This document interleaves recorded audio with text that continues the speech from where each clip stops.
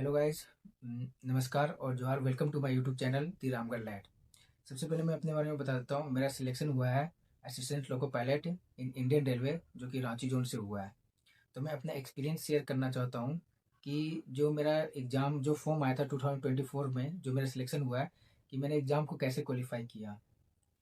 आज हम डिस्कस करेंगे जो कि CBT 1 का एग्ज़ाम होने वाला है नेक्स्ट मंथ फरवरी में, जो कि 16, 17, 18 फरवरी में होएगा।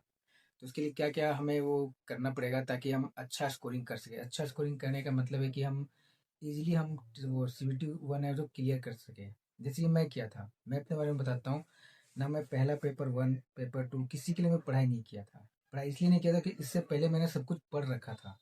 ऐसा नहीं था कि मैं एक महीना बाद एग्जाम है तो मैं अभी से पढ़ाई स्टार्ट किया था।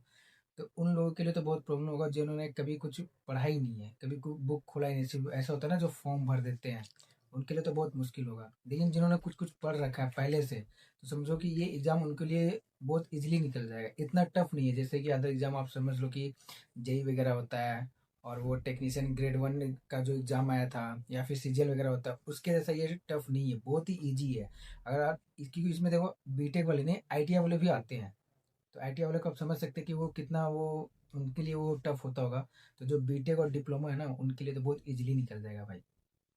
तो सबसे पहले करना कुछ नहीं, अगर तो आपने पहले से कुछ कुछ पढ़ रखा है जनरल, जैसे मैथ्स हो गया, रीजनिंग हो गया, जनरल जीके हो गया, और मेन जनरल साइंस है, तो आप समझो कि पेपर 1 तो आप इजीली क्लियर कर सकते हो।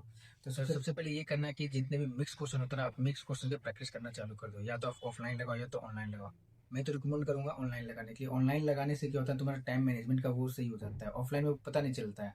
ऑनलाइन में क्या होता है, आपका टाइमर चलता रहता है ना, तो टाइमर से अपना वो सही चलता रहता है। मतलब कि हम पता चलता है कि हमने कितना टाइम में कितना क्वेश्चन अटेम्प्ट किया, कितना नहीं किया। ऑफलाइन में वो नहीं हो पाता। लेकिन फिर भी मैं कहता हूँ जिसका अगर पॉसिबल नहीं होता तो को ऑफलाइन भी लगाओ, लेकिन डेली 2 से 3 फुल लेंथ मॉक टेस्ट लगाओ, एटलीस्ट 3 लगाओ।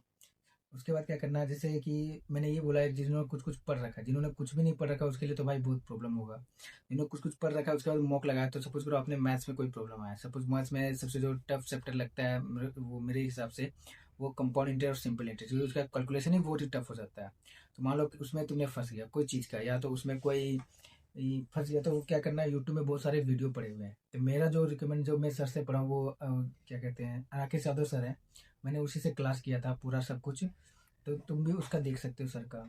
उसका देख लिया तो तुम्हारा एक ये प्रॉब्लम हो जाएगा कि मेरा वो उसमें ख़त्म हो गया। एक सिंपल ये करना कि जो प्रीवियस ईयर क्वेश्चन है ना, वो लगा के ही जाना।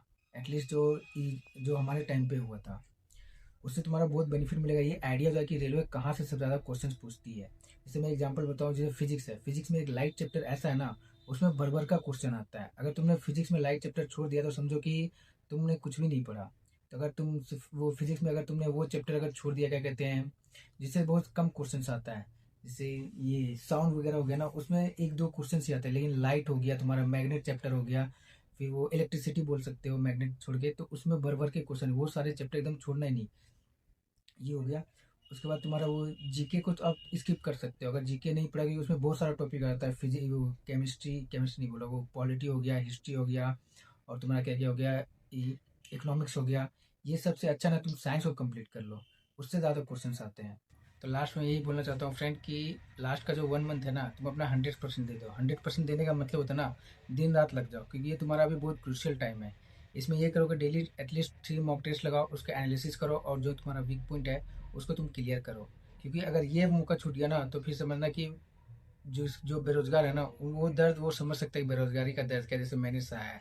और मेरे अभी जो सिलेक्शन हुए ना, उनमें से बहुत ऐसे हैं कि पिछले साल का जो एलपी था उसमें सिलेक्शन नहीं ले पाया था, लेकिन इस बार उन्होंने लिया है।